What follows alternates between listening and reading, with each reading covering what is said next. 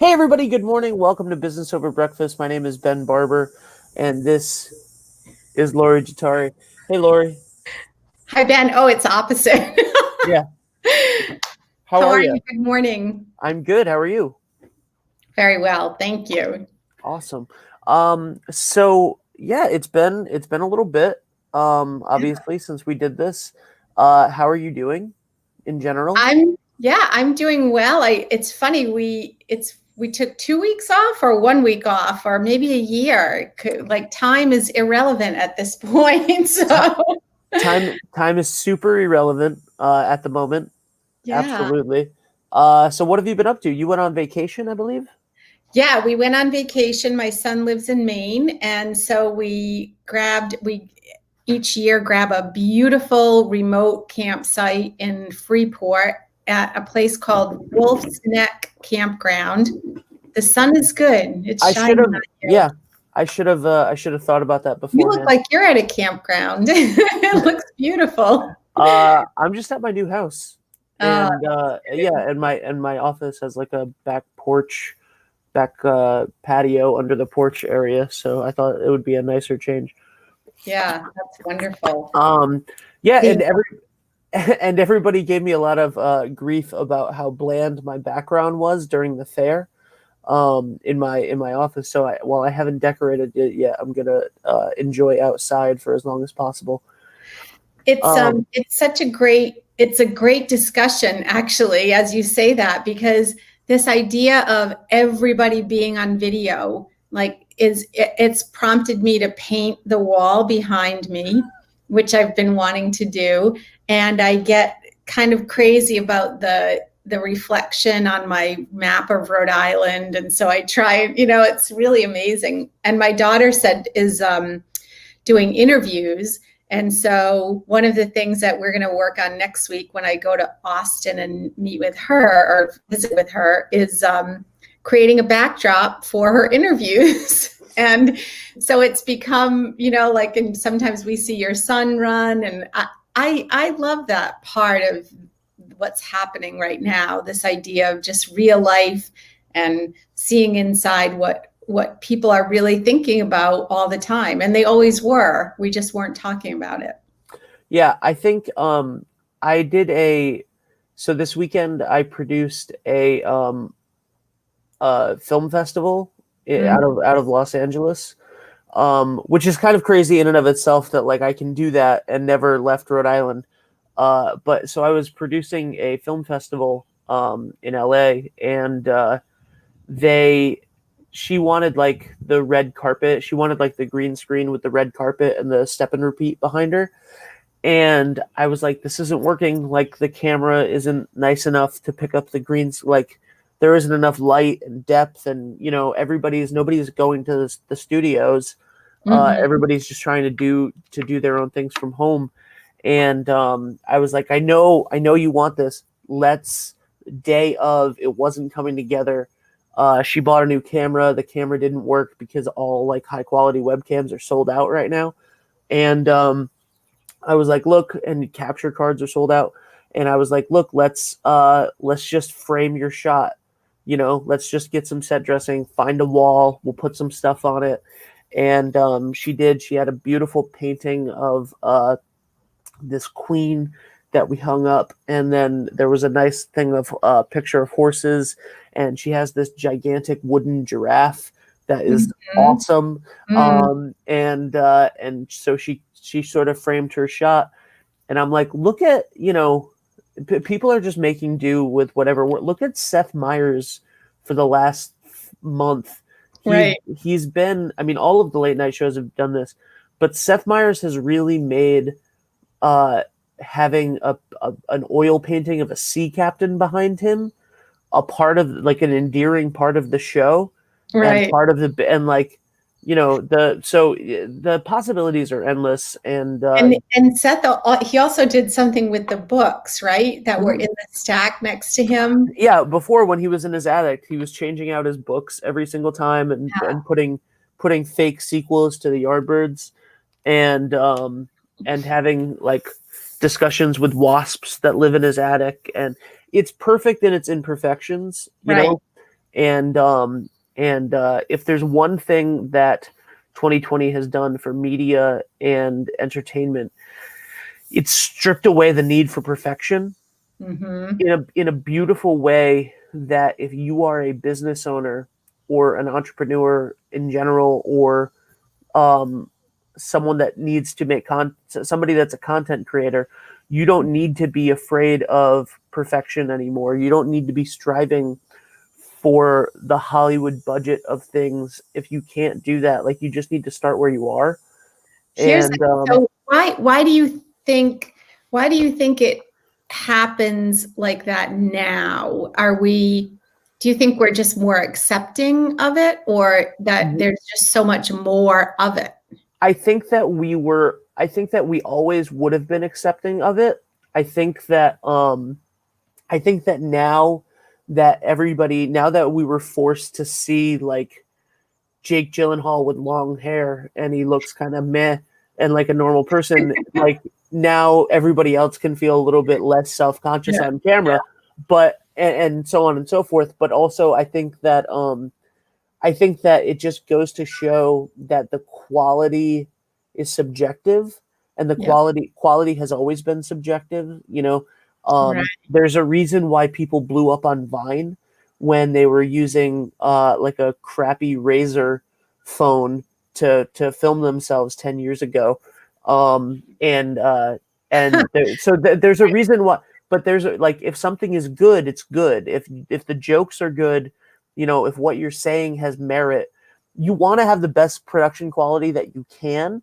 Mm-hmm. But it's not, there's so much more about it is about storytelling, and about it's about storytelling. It's about having something to say in general, a message, whatever Yeah. that is, whether you're trying to make people laugh, whether you're educating people. Like, Right. if somebody's spending 30 seconds to 30 minutes with you, Right. have them get something out of it. Yeah. And if you're not, if you're doing that, it doesn't really matter if people can see the reflection of the softbox in the background of your Rhode Island map. Oh, It it's doesn't just really a matter. window. I wish I had a softbox. It's just a window. All right. Yeah. But I think initially it was initially like probably March or April, which feels like 2 years ago to me. It does. It's was, oh, now we get to see inside your house. And then it was the kids. And now we get to see what you're actually doing inside your house while you're working and taking care of your kids. And then it became, oh, that's just my dog barking in the background. It's just nothing, and it just becomes like, it used to be, how could they be on a call with a dog barking in the background? And now it's just like, yeah, I personally have always strived for that realness. And in some ways, in the work world, maybe 5 years ago, I would say that was shunned a little bit. You had to create Absolutely. this corporate facade about being a certain way or looking a certain way or acting a certain way. So not too many jokes, no fooling around, no really like being yourself as you move around in this particular world. And it lends itself to all the cultural norms that we create and all the socialization that we've experienced in our life. Yeah, I mean, absolutely. And I think that, you know, I think that it's breaking down barriers in a way that is obvious, if you look for it. And I think honestly that I'm a good example of that. And here's why. I think that I'm if you look at me, right, I'm not going to put on a suit and go to and like knock on the door of some of the people that I've gotten to work with a suit and a clipboard and like all of that information, and try to pitch and sell somebody. I would not be working for the lieutenant governor's office if I had to go solicit that. Um, in 3 years ago, like I wouldn't be producing. I wouldn't have produced an LA film festival living in Rhode Island, without that. And I wouldn't, the way that I present, like the t-shirt, and I'm a large dude, like this is a physical manifestation of these things that are true anyway, and they are true for your business, and whatever it is that you're trying to do. Like, we want authenticity more now more than ever. Yeah. And if you can be authentic and you can do what you say you can do, then the possibilities are endless right now for you. Exactly. It's kind of interesting, this idea of authenticity, when it's like the authenticity is pushing up against all the media and I gotta say it, our federal government, that's, I think, being completely inauthentic and really trying to push the language of, this idea around that's not real, or that's not, so it almost, the whole thing lends itself to being in this surreal moment in history where I read something yesterday that was kind of funny. This woman wrote, I'm just kind of sick of being like this historical figure in the middle of a pandemic. Like, can't we just go back to being our regular? But I do think that all this other stuff is bubbling up. I wore a suit for many years, and I played the game, but my, that suit felt like a suit of armor. Yeah. It was. And now the idea of putting on a suit, I mean, I guess I can put a jacket on, but it's just not necessary because I quit my job in 2015 and have my own business. So, I'm the boss. I can live in jeans and shorts and a t-shirt or whatever. And that's really the beauty, I think, of what we both do, where we support amazing businesses, but we don't have to look like we do that. Right. Because we can look like Steve Jobs, and he didn't look like he was doing what he was doing in his brilliant self. Right. And you don't, and if you are a business owner and you're trying to sell people hamburgers, you don't have to have a commercial that is on par with McDonald's or Five Guys, or, I mean, I've never even seen a Five Guys commercial, honestly, but you don't have to have the production value of that to use the tools that you have at your disposal, like, Facebook and Instagram and all of this stuff. TikTok, if it doesn't get banned, is like, these things are free, and when you pay for them, they're a lot cheaper than TV commercials and newspaper commercials ever were.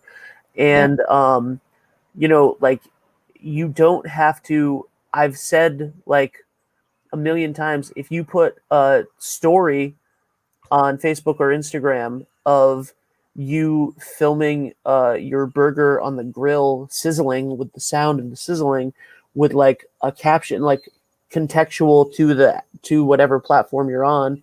Yeah. So, like, if it's an Instagram story, put a fun caption in there, in like the bubble letters and stuff. That's that's very simple and not salesy. That's going to make people that live in your town, that are more likely to like your page, that are more likely to see that. They're more likely, if you do that at the right time of day, when they're thinking about what to have for lunch, that's a hell of a lot better than posting your special for the day in text, right. So can I tell you a story? Please. So I'm a master coach, and I was trained by Martha Beck, who is, she was, I would say, like the first life coach, or the first time the news started saying, oh, she's a life coach. At that time, she was a professor at Harvard and was just working with her students. And so she has a PhD in sociology. And I trained with her in 2005, and then I became a master coach in 2016. And she has this beautiful concept around this cycle of change. And so, we know the only thing constant is change, right? And we're all going through change. And you, especially in the last few weeks, have gone through some pretty significant change. And a lot of families are experiencing that with you. And so this idea of, as we move through the cycle, I use it in not just personal life coaching, but also looking at a business as an organism. Like a business is a thing. And so how does that thing move and change so that it can always adapt, let's say. And so we use this idea of the butterfly, which is pretty cliche, right? Now it's pretty cliche, but there's always this catalytic event that begins, and we look at change in 4 cycles. And so a catalytic event could be something that's very negative for the person or the organization, like the pandemic, if I just focus on business. But it'll relate for a lot of people. So this catalytic event can be very negative, like a diagnosis of something that is going to change your entire life. Or it could be something really positive, like I'm working on my PhD, or I'm about to get married, or something. Like there's an event that makes that organism, that person, that entity dissolve their identity, with basically saying you are no longer that thing that you were. So, or if someone has a child, right, they aren't that single individual now. They are, that has been dissolved. You are now a mom or a dad. And so as we go through this phase of dissolving, this is where the caterpillar, climbs in and creates its chrysalis, so that all the DNA of that thing just dissolves. Everybody has everything that they need to regroup, to reimagine what it will look like when the caterpillar comes out. But there are times for businesses and for people that they just need to kind of go in their cocoon and hunker down and let it all melt and fall apart, so that it can be recreated in a new way. And then we move into this second cycle, which is the cycle that I love the most. It's called dreaming and scheming. And this is where I, as a coach, work really well with people and businesses. So this dreaming and scheming phase kind of allows you to dream and scheme. I work with businesses to say, what is your best case scenario? And then work backwards. How do you actually get to that best case scenario? And so the whole thing around dreaming and scheming is fantasizing, optimizing, creating vision boards, like people know vision boards, and really saying, for me, or even for the business, what is the best case scenario? So I could say for a business, like, my best case scenario will be like a global business, which means I have to travel all over and then I realize, like, oh, no. I don't want to do that. I don't want to travel. I want it. So the dreaming and scheming phase helps you kind of figure out what is your best case scenario. And then as the caterpillar begins to imagine and kind of break out, the reality is, if someone went up to like a chrysalis and said, oh, little caterpillar or butterfly, let me just open that for you so you can fly, it won't have the strength that it needs to fly. It has to kind of go through the struggle of getting out, of learning how to fly, and learning being in full flight, creating this new way of being. And the mantra for that square 3, we call it, is like, this is a lot harder than I thought it would be. Yeah. That is the journey. So that's when you're going to start creating what is this best case scenario, which is kind of where you are in your business. And business and people are usually in 2 different places, but you can look at almost everything we do in those cycles. And then the 4th square is the promised land. I'm skating. This is really good. I got here, but it goes back to, you can't forget that change is the only constant. So how long do we get to stay in this cycle of completion before something changes and then we dissolve again? And so it's just, as we're talking about all of this, I think it lends itself to that cycle of change where I could say, where am I in my personal life? Where am I in my business? Or where is my business? Where are we in this world? In the pandemic, are we dissolving? I think we are dissolving. And I think we're recreating this new way of being. But I think that it's just it's a great metaphor for the way we can quickly say, I see where I am. I see what's happening. I'm either trying to claw my way out of the chrysalis, or I'm dissolving, or I'm dreaming and scheming. You know, it's I don't know. I think that a lot of people, there's an opportunity for people to get deeper on their thinking about where they are. And I can see you feeling a little emotional, so I'm trying to. No, I'm fine. I think that if you haven't taken the time so far during this pandemic, and I say so far during this pandemic because it's a long way from over, and I think that, so like, don't get upset that you didn't take the time March to June when things were really closed and you had a bunch of time. That may happen again. I hope not, but it might. But regardless, right now, you know what that feeling is. If you haven't taken this time to stop and regroup and think and be alone with yourself for a second and figure out what wasn't, the world changed earlier this year completely. And no matter who you are and what happened, your life changed. And it's very weird that it happened to 7 billion people at the same time. And this is the greatest opportunity ever to take a second and think about what you were doing and who you were pre-March, pre-pandemic, and who you want to be after.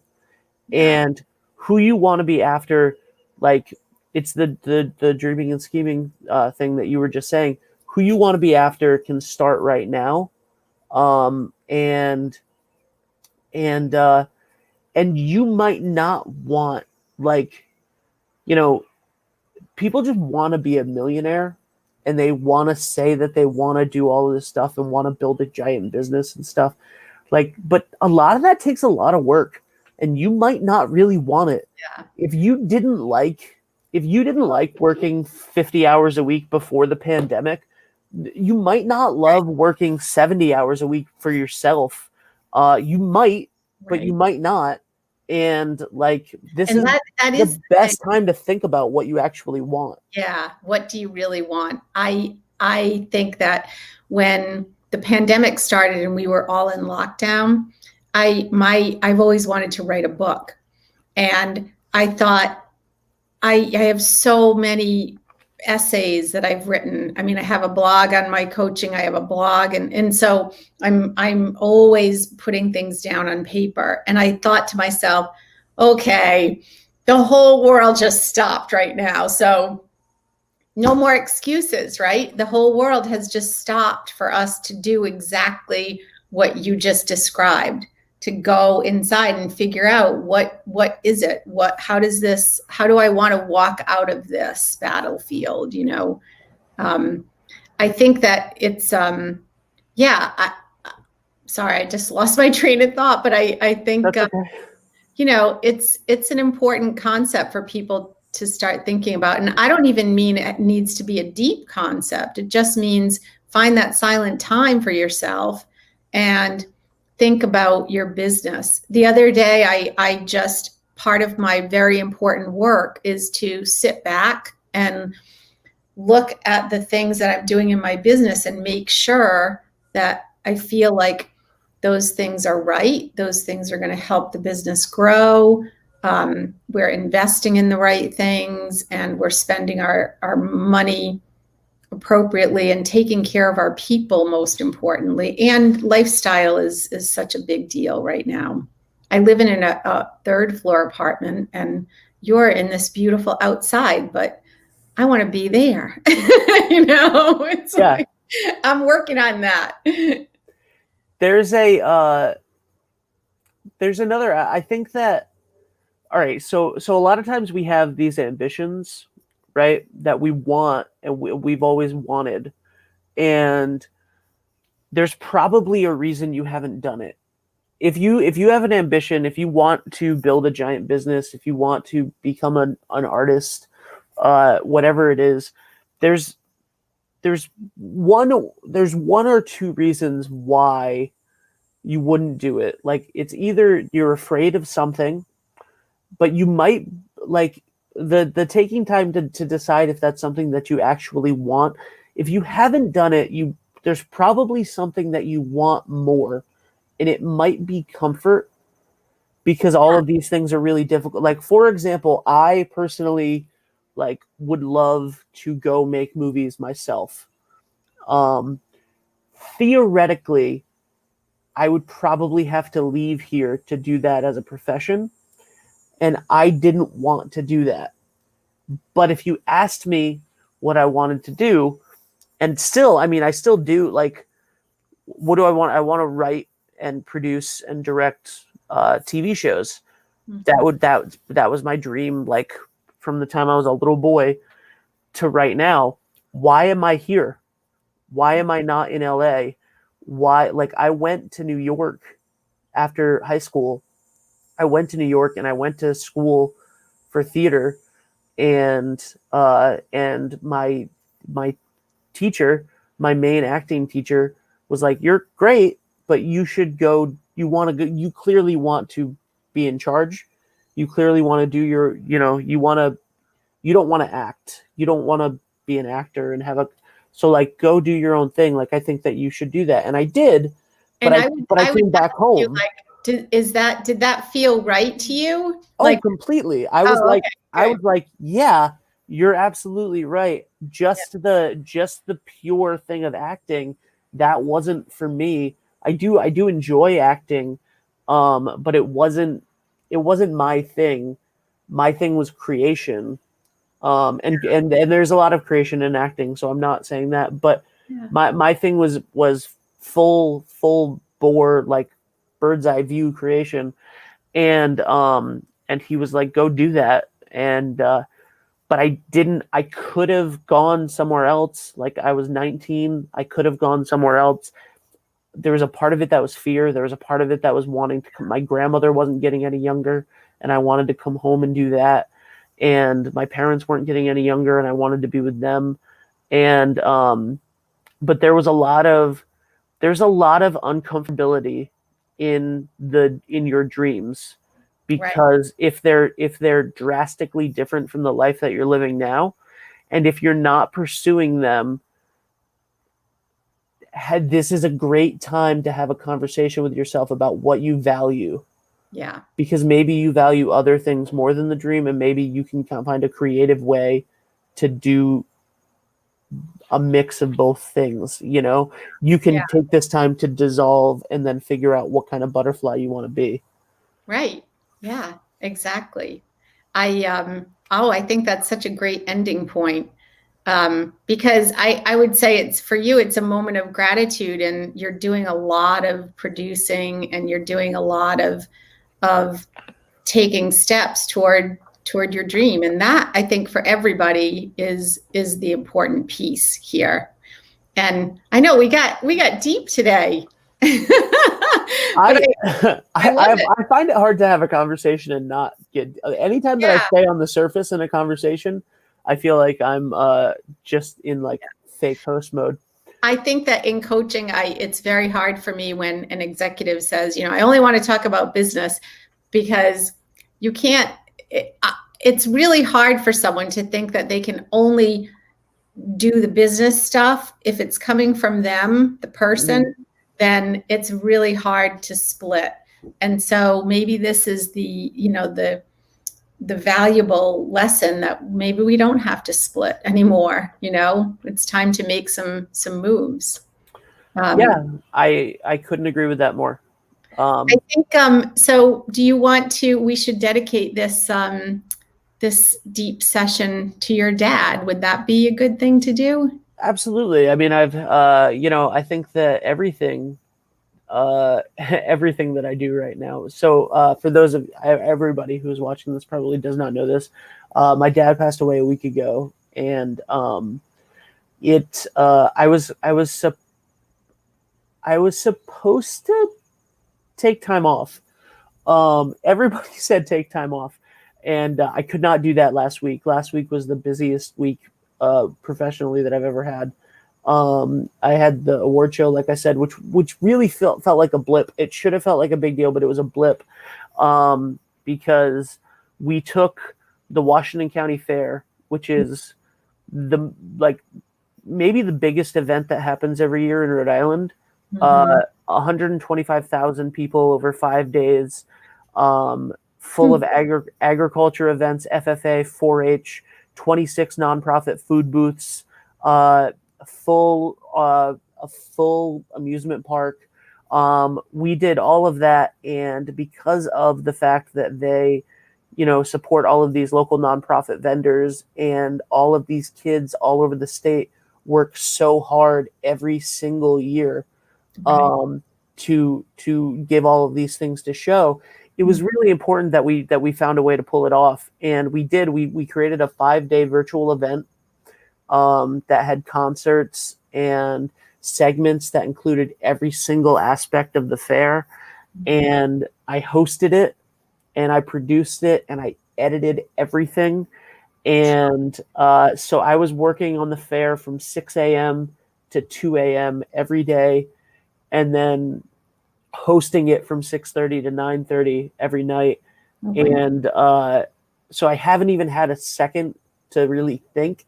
And then yesterday I had most of the day off, and I was like, I don't want to. And I called my uncle, my dad's brother, and I was like, I don't really want to take a lot of time off. Like, it's the pandemic. I can't, my mom's in a nursing home. I can't go hug her, like I can't go just spend all of my time with her right now. Like, I don't want to be as crazy as I was last week, but like, I want to keep going and keep, you know what I mean? Like, so I'm good, but yes, absolutely. Thank you very much, Lori. I would dedicate there were a lot of everything. people thinking of you, and Thank you so much. That you are doing a lot of work in the midst of all of this, and so maybe it is time to find like a couple hours to just a couple hours. Yeah, absolutely. Like, I'm definitely I think a couple hours every day, actually. Yeah, no, like the amount of work that was done last week was insane and shouldn't be done again. But yeah, taking some time and making sure that I'm taking care of myself, absolutely. And literally just getting outside, taking quiet walks around the yard, and it's taking quiet walks around the yard, and and like just chilling, meditating, and journaling and writing, and just spending some time with friends, which I haven't seen my roommates really that much. I got to hang out with them last night for a little bit. It's a lot, but but it's great, and I'm really glad.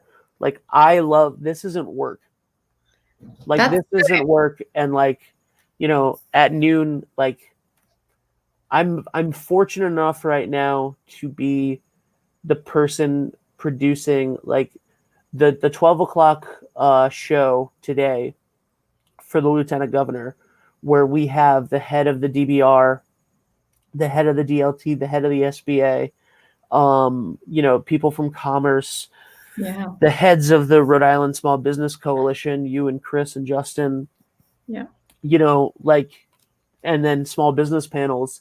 That is such an important thing. And it's an hour, and it doesn't feel like these things are I'm very fortunate right now to be doing good things for good people. Yep. So I feel great at the moment. And as long as I take other time for myself, I feel fine. But yes, absolutely, Dad, I love you, and all of this is for you. That's good. So thank you, Lori. right. Let people know where they can find you. Yes, I absolutely will. And I didn't mention Joellen, but she is doing outdoor yoga and didn't realize that this was at 9 a.m. And so we will probably see her when the weather gets colder. That is, well, thank you so much. And we can pre-record a segment with her or something too. Oh, So cool. yeah, Okay. we could always do that. Yeah. Visual Thrive is doing some amazing videos that are coming out in a couple weeks around the pandemic and small businesses. So that'll be on the Visual Thrive site and the Shop Local Rhode Island site. So the stories are amazing. We are amazing. I mean, people are incredible. So let's just say, be kind to each other. I feel like Ellen DeGeneres. We just need to be nice to each other and work hard and support each other and have a great day. I may not see you at noon today because I have a very dear friend driving through Rhode Island. So Oh, that's awesome. Well, yeah. That's great. And it's important to always take time for that. Yes. It's important to make time for the things that are important. And if you don't know what that is, take this time to go through your values. That's your message today. Meditate, find some silence, and dream and scheme. Absolutely. Thank you so much, Lori. Right. This is awesome. All right. And check out Visual Thrive, guys. Bye. Thanks. Bye.